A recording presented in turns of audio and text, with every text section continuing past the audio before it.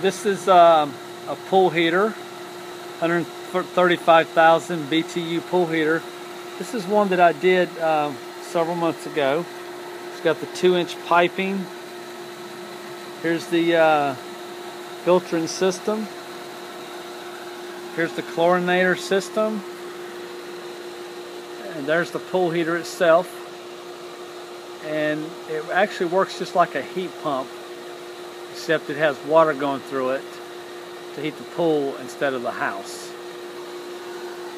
This thing running right here is the pool motor itself running.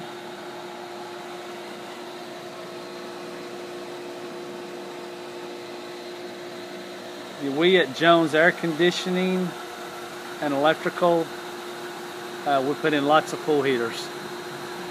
We're very good at it. Jones Air Conditioning and Electrical, 596-5855.